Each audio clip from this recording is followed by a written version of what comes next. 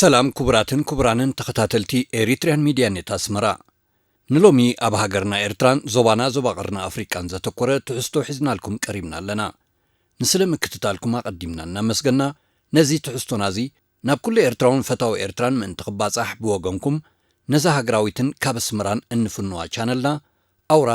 ሳብስክራይብ ክትገብርዋ ካብኡ ሓሊፍኩም ድማ ነዚ ትሕዝቶና እዚ ሼርን ላይክን ብምግባር ብዓቕምኹም ክትዝርግሕዎ እናተላበና نام نايلومي تحستونا نسجر لنا سناي مكتتال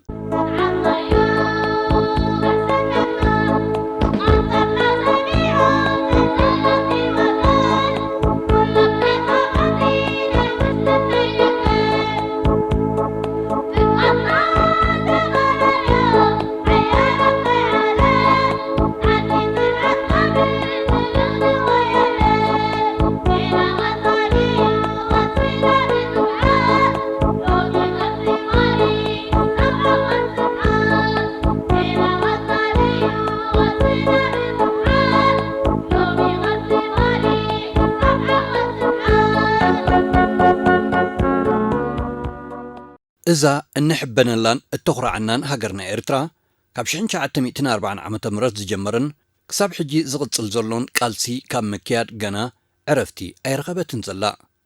كبر بعتات كسب 9 تابز النبرة 5 عامتات نزغفلتو مسواتي زيادة زبرخو اتدحرنا النز توقعزتو 3 عامتات زغفلا زلو رقيقن جهودن واقع أزدي زغبدن زتحلالخن مخانيوم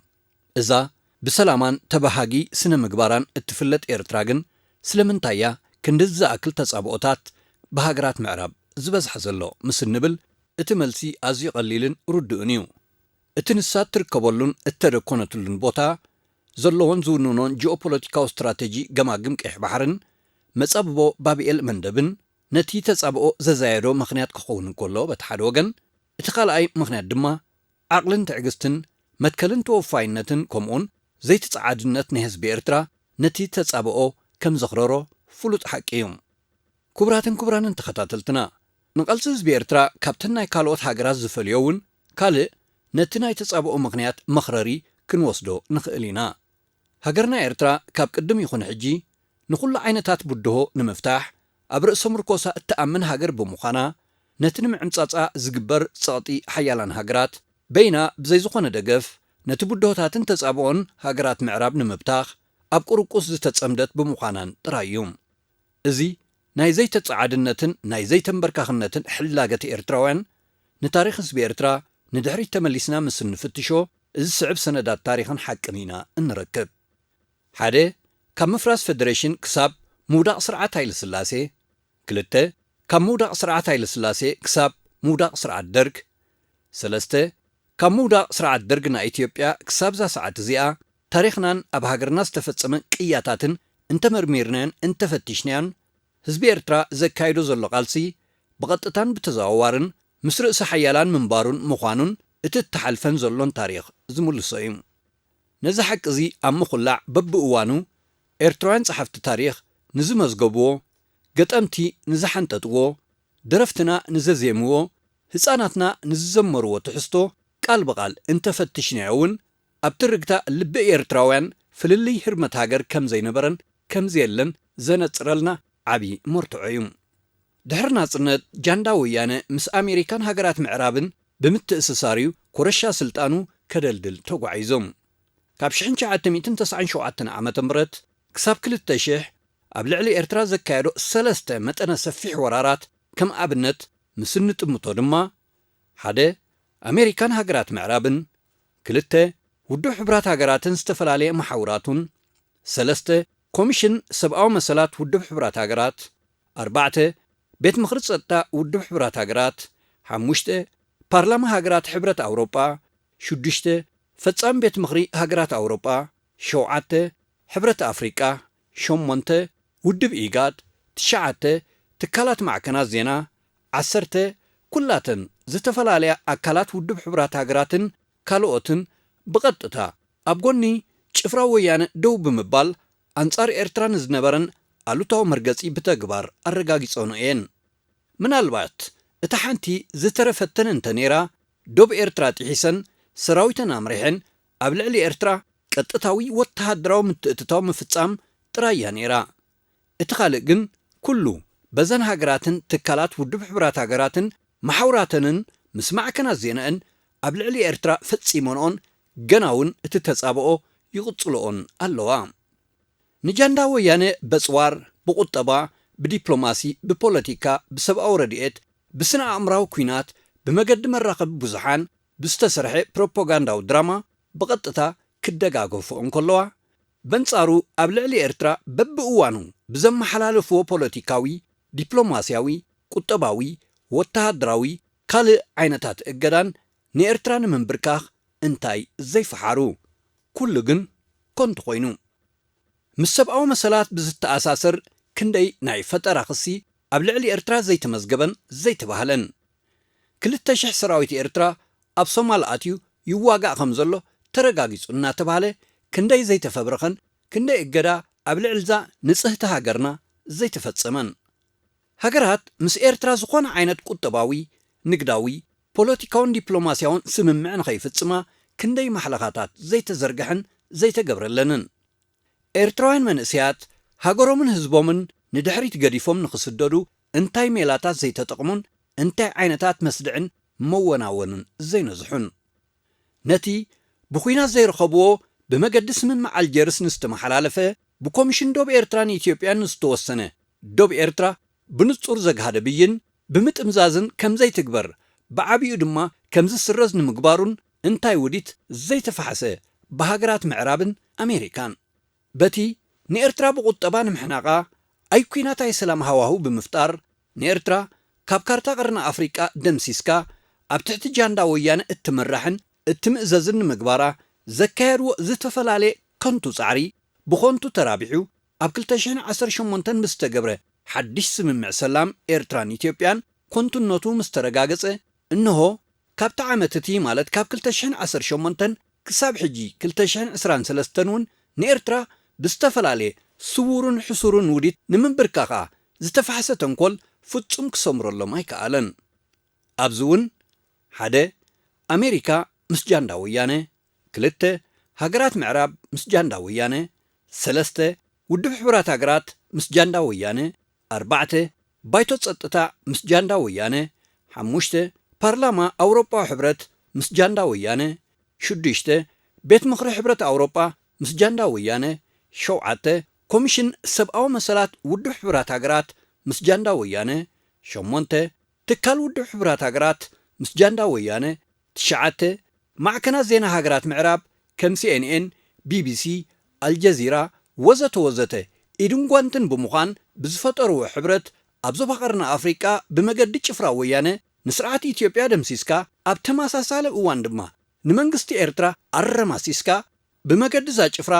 ንገማግም ቀይሕ ባሕርን ንመጻብኦ ባቢኤል መንደብን ተቖጻጺርካ ኣብ ልዕሊ ቻይናን ሩስያን ጸብለል ንምባል ዝሓሰብዎ ዝሓለምዎ ኮንቱ ኮይኑ ምስ በነነ ከምኡውን ካብ 2020 ዓ.ም ክሳብ 2022 ብዝተኻየደን ዓወት ንምጭባጥ ዝተሃንጠየሉ ተኸታታሊ ዕንደራ ኹናት ናይ ጭፍራ ወያነ ብሙዑታት ሓይልታት ምክልኻል ኤርትራን ሰራዊት ፌደራል ኢትዮጵያን ምስ በርዓነ እንሆ ኩላቶም እቶም መጠረዚ ጃንዳ ወያነ ኮይኖም ዝጸንሑ ሃገራት ውድባት ትካላት ውድብ ሕቡራት ሃገራት ማዕከናት ዜና ምዕራብ ዝተሓወስኦ ጉዕዞ ሰላም ፌደራልን ጃንዳ ወያንን ንምእማኑ ክሳብ ዘጸግም ካብ ፍጻመ ናብ ፍጻመ ኣብ ምንጣር ይርከብ ዝኸበርኩም ተኸታተልትና ሕጂ እውን ኣሜሪካ ሃገራት ምዕራብን ትካላት መራኸቢ ብዙሓነንን ኣብ ልዕሊ ኤርትራ ተደጋጋሚ ክሲ ኣብ ምቕራብን ንመንግስትን መሪሕነትን ኤርትራ ኣብ ምስይጣንን ተጸሚዶም ኣለዉ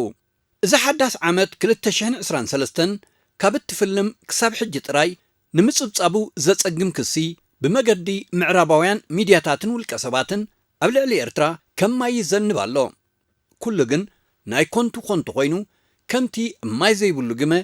ኔው ነጆ ምባሉ ኣይተረፎን እቲ ዘደንጹ ንመስራሕ ኣካይዳን ስጉምን ሰላም ንምቅልጣፍ ይኹን ምዝሕታል ብቐንዱ ምስ እከይ ተግባራት መራሕቲ ጭፍራ ወያነ ዝተኣሳሰር ክነሱ ነታ ሓቂ ንጎድኒ ገዲፈን ምስ ኤርትራ ንምትእስሳሩ ትካላት ሚድያ ምዕራብ እንታይ ዘይብላን እንታይ ከ ዘይጸሓፋን ንኣብነት ኣብ ዝሓለፈ ግዜ ብመገዲ ቢቢሲ ትግርኛ ዝተዘርግሐ ሓበሬታ ካብቲ ትካል ተመስረተሉ ዕላማ ዝተበገሰ ብምንባሩ ንነብሱ ካብ ምቅላዕ ሓሊፉ ቁም ነገር ኣይነበሮን። ቢቢሲ ትግርኛ ኣብ ዝተመስረተሉ እዋን መንግስቲ እንግሊዝ ልዕሊ 287 ሚልዮን ዶላር ወፃእ ብምግባር ኣብ ልዕሊ ሓያሎ ሃገራት ኣፍሪቃ ኣቐዲሙ ዝተወጠነ መደባቱ ንምትግባር እዩ ነቲ ፕሮፓጋንዳዊ ዘመተ ፈሊምዎም። ካብቲ ቢቢሲ ትግርኛ ዝተመስረተትሉ ዕላማ ሓደ ድማ ንህዝብን መንግስትን ኤርትራ ፋሕ ብትን ንምእታው ምንባሩ ክሳብ ዛ ሰዓት እዚኣ ካብ ዝፈንዎ ትሕዝቶታት ምትንታን ይከኣል እዩ። ቢቢሲ ትግርኛ ይኹን ናይ ካልኦት ቋንቋታት ፈነወ ኣብ ዝፈለመሉ እዋን ኣብ ዝተፈላለየ ሃገራት ዝነብራ ኣብያተ ንባብ ወይ ድማ ላይብረሪ ብሰንኪ ዋሕዲ ባጀት ብዝብል ምኽንያት ምዕፃው ነቲ ብኤርትራ ተወስደ ስጉምቲ ምዕፃው ብሪቲሽ ላይብረሪ ምዝካር ይከኣል እዩ። ብምቕጻል እውን ብኣሜሪካዊ ኣምባሳደር ጀፍሪ ፊልትማን ስም ኤርትራ ብምድዋን ዝተዋሃበ መግለፂ ይኹን እዚ ሕጂ እውን ብኣሜሪካዊ ማይክል ሩብን ኣብ ጋዜጣ ናሽናል ኢንተረስት ዝሰፈረን ኣብ ትሕቲ ኢት ኢዝ ታይም ቱ ጌት ሲሪየስ ኣባውት ኤሪትሪያ ብዝብል ተዋሃበ መግለፂ ኣሜሪካ ትኹን ሃገራት ምዕራብ ንኤርትራ ከም ዘይድቅሳላ ዘመላኸተ ሓቂ እዩ። ዝኸበርኩምን ዝኸበርክንን ተኸታተልትና እዚ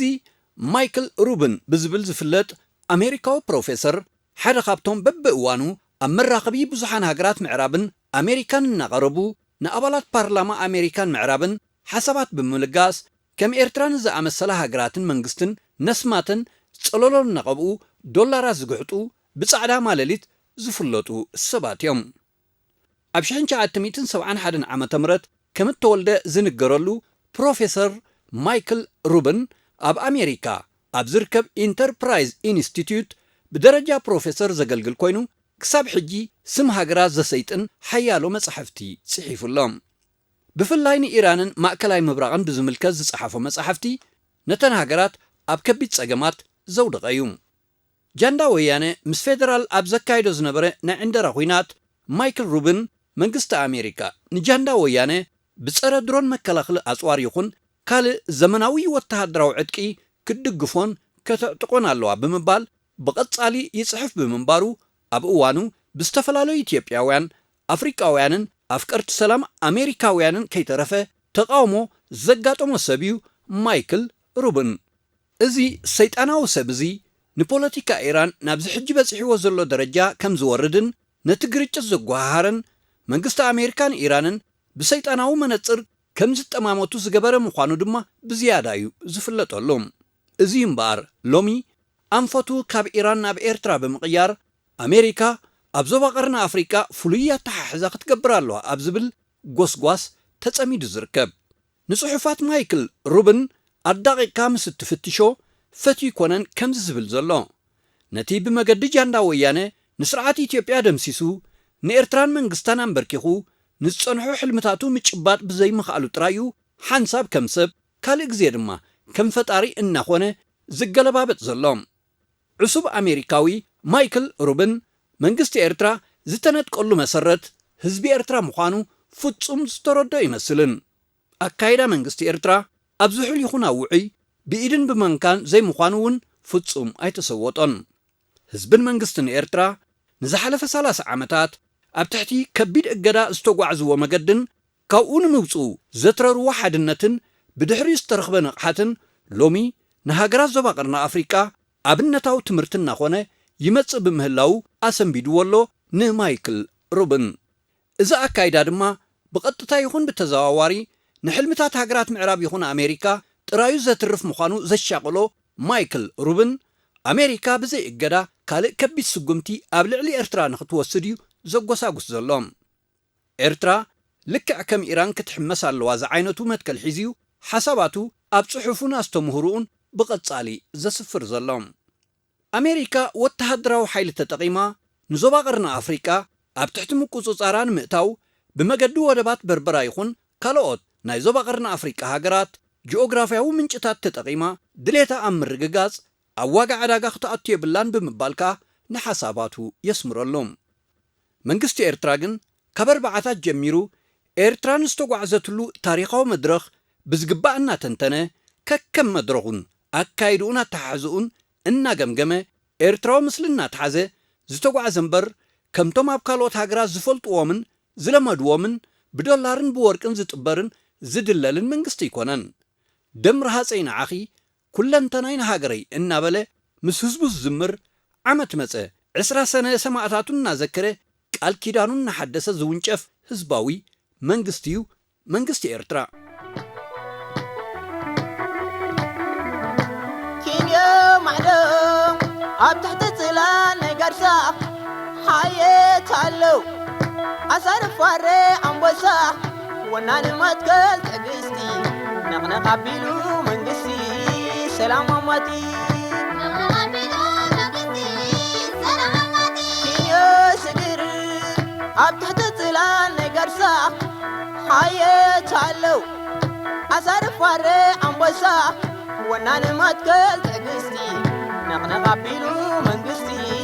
ሰላም ኣማቲ أصوارتهم أي تدارجون مرات قاسي أيام بركون كوي زوننا صنعتي حانتي نغنق دبل عني جزاتي سراويتهم نبي رجافي حتعاونتهم أبي خففة كوي زي عرف كتال قرة عبشيلاتو قلت سميرة نادوي مسكر انتي نباري إنت فشلتهم سنها خاري سراور حقي دويلو وتنحيلات أبشرو سراور حقي دويلو وتنحيلات أبشرو نادوي مشكر أنتي نباري نتفش لتشو زبها خاري سراور حقي دويلو وتنحيلات أبشرو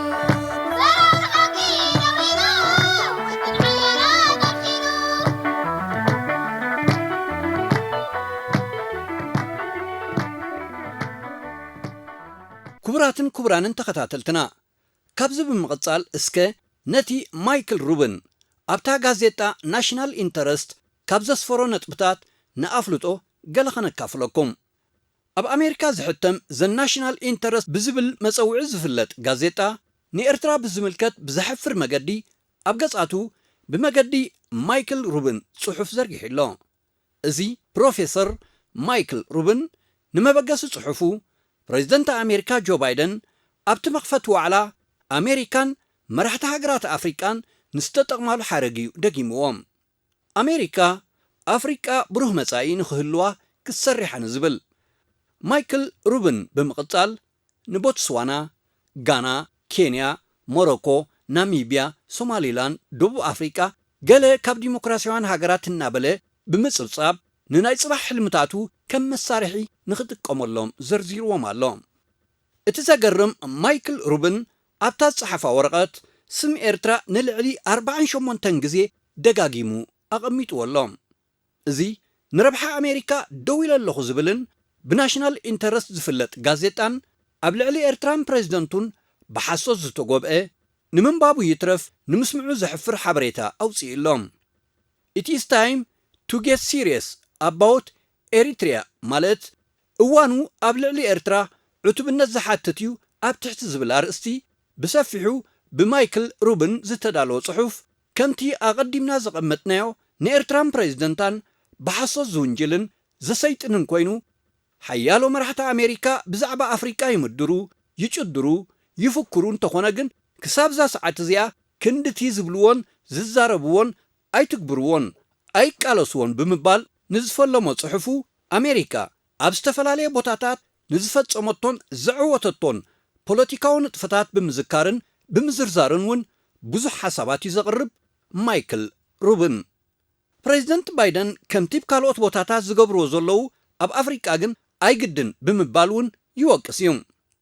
اتي برئس جاندا ويانا زحسب مايكل روبن منغستي إرترا نمتكلات منغست أمريكا أي تنبركخن أي تجزأن بمبال نزج النقاء حسابات أب تصحفو بوتا هيبو اللهم أبز حالة 3 عامتات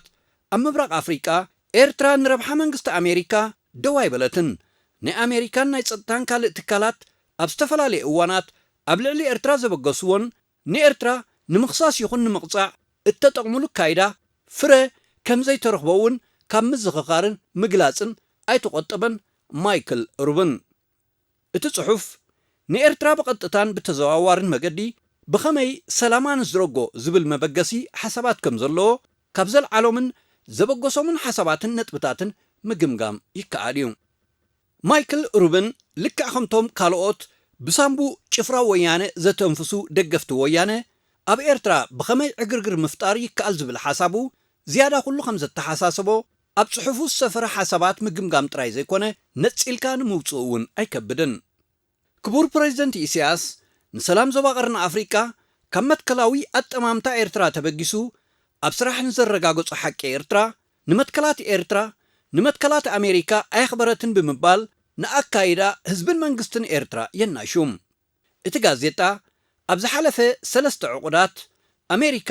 ምስ ጃንዳ ወያነ ብምሕባር ኣብ ልዕሊ ኤርትራ ንዝፈጸመቶ ኢሰብኣዊ ተግባራትን ግፍዕታትን ከይጠቐሰ ኣብ ዞባ ቀርኒ ኣፍሪቃ ሰላም ንኸይሰፍን ኣሉታዊ ተራ እትጻወት ዘላ ኤርትራ ብምባል ንሃገርና ኤርትራ ይውንጅልን ይኸስስን። ኣብ ኢትዮጵያ ሶማልያን ጅቡትን ኣጋጢሙ ዘሎ ስእነት ሰላም ብሰንኪ ኤርትራይ ብምባል ሓሳባቱ ብድሙቕ ቃላት ኣንቢርዎሎም። ነዚ ሓሳባቱ ድማ ናይ ኣሜሪካ ፖለቲካውን ወተሃደራውን ኣመራርሓ ብቐጻሊ ይብልዎ ከም ዝነበሩ ብኸመይ ክዝንጋዕን ክርሳዕን። እቲ ብናሽናል ኢንተረስት ዝፍለጥ ጋዜጣ ኣብ ውሽጣዊ ጉዳያት ኤርትራ ጦብሎቕ ብምባል ዘዝመሰሎ ኣርእስትታት እናበጋገሰ ንህዝብን መንግስትን ኤርትራ ካብ ምድዋን ንድሕሪት ኣይተመልሰን። ዝሓለፈ ወርሕን ሕጅን ኣብ ኤርትራ ዑደት ዘካየዱ ፕሬዚደንት ኬንያ ፕሬዚደንት ዊልያም ሩቶ ይኹን ፕሬዚደንት ሶማልያ ሓሰን ሼክ መሐመድ ብተደጋጋሚ ኣብ ዝተፈላለዩ መድረኻት ካብ ዝሃብዎ ምስክርነት ንመርገፂ ህዝብን መንግስትን ኤርትራ ምዝካር እኹል ይመስለና። እቲ ናይ ናሽናል ኢንተረስት ጸሓፊ ማይክል ሩብን ግን ነዚ ዓለም እውን ዝፈለጠቶ ሓቂ ካብ ምዝላሉ ወፃኢ ካልእ ኣማራፂ ኣይተጠቕመን። ኣዳላውቲ ጋዜጣ ኤርትራ ኣብ ሶማል ብሰላምን ብርግኣትን ዝፍለጥ መንግስቲ ንምምስራት ንዝወሰደቶ ተበግሶ ይኹን ብዛዕባቶም ኣብ ኤርትራ ወተሃደራዊ ስልጠና ዝወሰዱ ኣሽሓት ወተሃደራት ሶማልያ ንዘመዝገብዎ ዓወት ቃላት ዝሰኣነሉ ክሳብ ዝመስል ትም ብምባል ኣብ ትዕዝብቲ ኣንበብቲ ምውዳቕ እዩ መሪጹ። በንጻሩ ብዘይካ ምሲጣንን ምድዋንን ስም ኤርትራ ካልእ ዝወሰዶ እወታዊ ኣማራጺታትካ ኣይነበረን። ቀጺሉ እውን ማይክል ሩብን ኣሜሪካ ብድሕሪ ሕጂ ንኤርትራ ብስቕታ ክትሓልፋ ይኹን ክትሪኣ ፈጺማ የድልን ኣይግባእን እውን ብምባል ሰይጣናዊ ምኽሩ ይልግስ። ካብ እገዳ ዝሓለፈ ነገዳስነት ወተሃደራዊ ስጉምቲ ይመክርን ይላቦን። እተን ምስ ኤርትራ ስጡም ርክብ ዘለዎን ሃገራት ቀርኒ ኣፍሪቃ ርክበን ንኸቋርፃ ኣሜሪካ ብዝለዓለ ክሰርሓሉ ይግባእ ብምባል ድማ ይምሕፀን። እዚ ልኡኽ ሰይጣን ማይክል ሩብን ከም ተቐዲሙ ኣብ ልዕሊ ናይ ወተሃደራውን ሃገራዊ ድሕነትን መራሕቲ ኤርትራ ዝተወስደ ስጉምቲ እገዳ ኣብ ልዕሊ ፖለቲካውያን መራሕቲ እውን ንኽውሰድ የዘኻኽር። ማይክል ሩብን ኣዝዩ ዘሕፍር ንልኡላውነት ኤርትራን ህዝባን ዝዳፈር ነጥብታት እውን ኣልዒሉ እዩ። ኣሜሪካ ንናታ ድሌታት ዘማልእ ኩርኩር መንግስቲ ኣብ ኤርትራ ከተምጽእ ይግባእ እዩ ይብል። ነዚ ከም ምኽንያት ዘቕርቦ ድማ ኣብ ዞባ ቀርኒ ኣፍሪቃ ፕሬዚደንት ኢሳያስ ኣፈወርቂ ካብቲ ኣጥሪዎ ዘሎ ተኣማንነትን ተፈታውነትን ከኣልዮ ዝኽእል ወላ ሓደ ሓይሊ የለን ብምባል ነቲ ሓቂ እናገለጸ ኣሜሪካ ግን ንዓኣይ ጠቕመኒ ዝበለቶ ስልትን ብልሓትን ብምጥቃም ቀጥታዊ ዘይኮነ ተዘዋዋሪ ወተሃደራዊ ስጉምታት ብምውሳድ መንግስቲ ኤርትራ ብምውጋድ ኣብ ምብራቕ ኣፍሪቃ ንዘለዋ ረብሓ ባዕላ ብሓይላ ከተተግብሮን ክትዕቅቦን ኣለዋ ክብል ከዓ ይድምድም። ሽዑ ጥራይ ድማ እዩ ንቀይሕ ባሕሪ ባብኤል መንደብ ሜዲተራንያን ባሕሪ ኣብ ቁፅፅራ ብምእታው ኣሜሪካ ጎብለል ክትከውን እትኽእል እናበለ ዘራጊ ምኽሩ ይንስንስ። ብፍላይ ናይ ኣሜሪካን ሃገራት ምዕራብን ጸሓፍቲ ናይ ማሕበራዊ መራኸቢታት ክኢላታትን ብዛዕባ ኤርትራ ዘሎ ዘየላ ሓሳባትን ጠቐነን ክስን ምሲጣንን ብዝለዓለ ንኽትግብሩ መዘኻኸሪ ከዓ የቕርብ። ከም ኣብነት ድማ ንቪኦኤ ትግርኛ ካብዚ ዘለዎ ንላዕሊ ኣብ ልዕሊ ኤርትራ ኮጎሳጉስ ባጀት ዓቕሚ ሰብ ወሰኽ ሰዓታት ፈነወ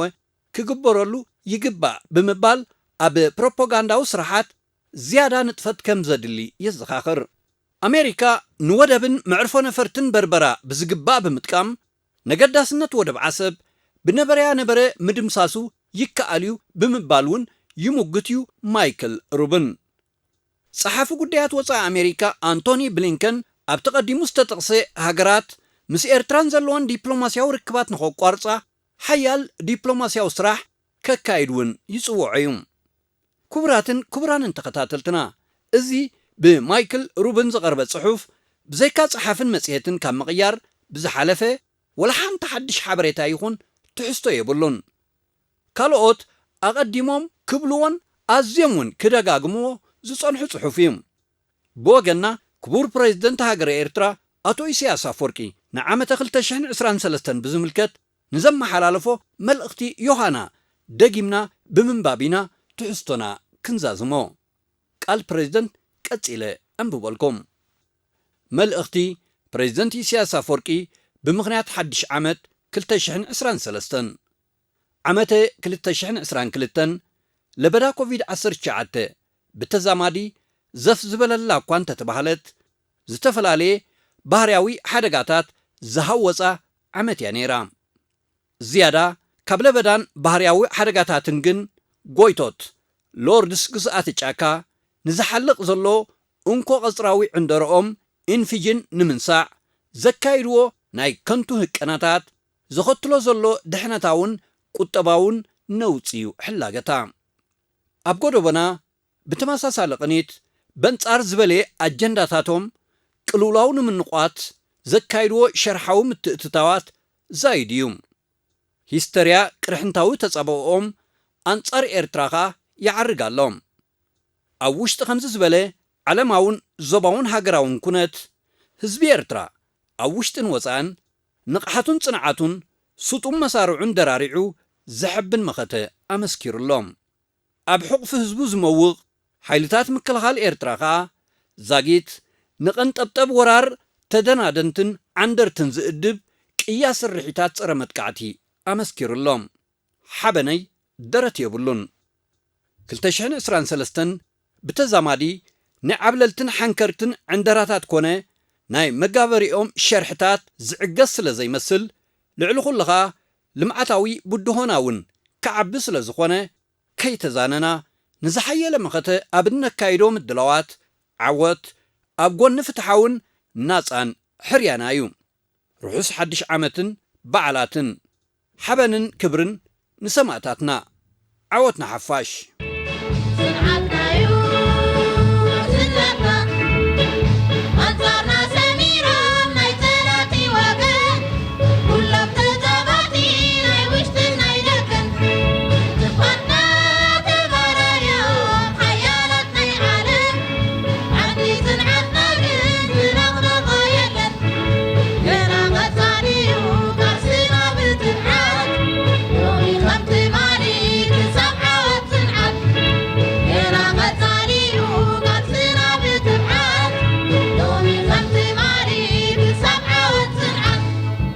أركز كبراتن كبرانن تختاتلتي إريتريان ميديا نتا سمرا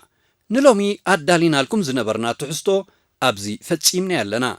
سلام كتتالكم أزينا إن مسجنوكم نزي تحستو نازي نبقالوت إرتراويانن فتوتي إرتران من تخبات أحبو وقمكم شيرن لايكن بعبي دما نزاها قراوي چانلنا سابسكرايب كتقبروا نلابوكم سلام وصلناي نهاجرنا إرتران نغلاتنا أوشتن وزان نركب إرتراوانن فتوتي إرتران يقبرلنا عوتنا حفاش كينيا معلوم عب تحت طلال نقرصا حياة علو أصار فاري عمبسا ونان المتقل تقستي نغنق عبيلو منقسي سلام أمتي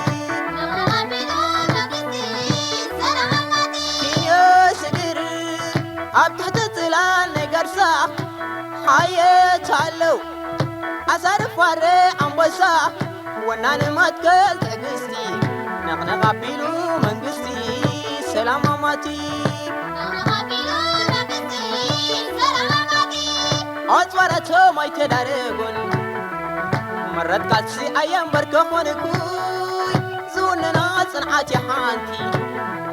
نغنق دبل عني قزاتي سراويتهم نبي رقافي حتعاونتهم أبي خففه كوي زي عرف كتالي قرة عبشيلاتو قلت سميرة نادوي مسكر انتي نباري إنت فشلتهم زنها خاري سراور حقي دويلو وتنحيلا تبشيلو سراور حقي دويلو وتنحيلا تبشيلو نادوي مسكر انتي نباري إنت فشلتهم زنها خاري سراور حقي دويلو وتنحيلا تبشيلو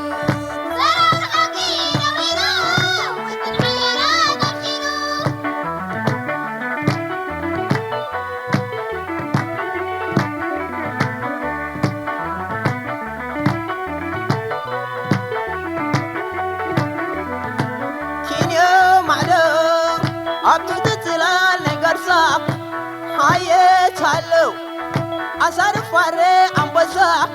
ونانا ماتكال تقسي نغنق عبينو منقسي سلام ماتي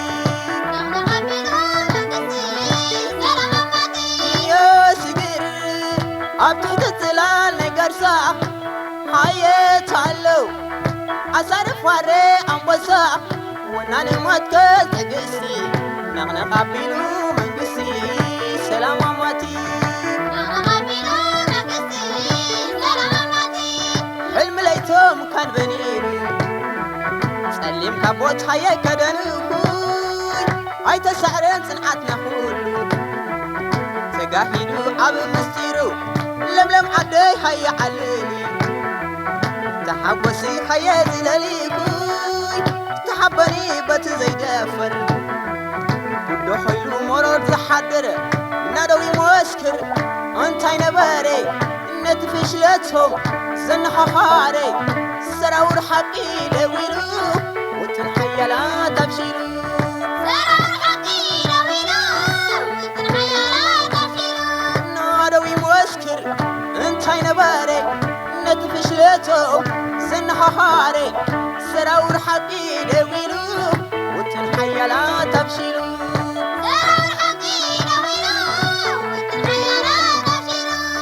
سراور حقي دويلو وتنحيلا تبشيلو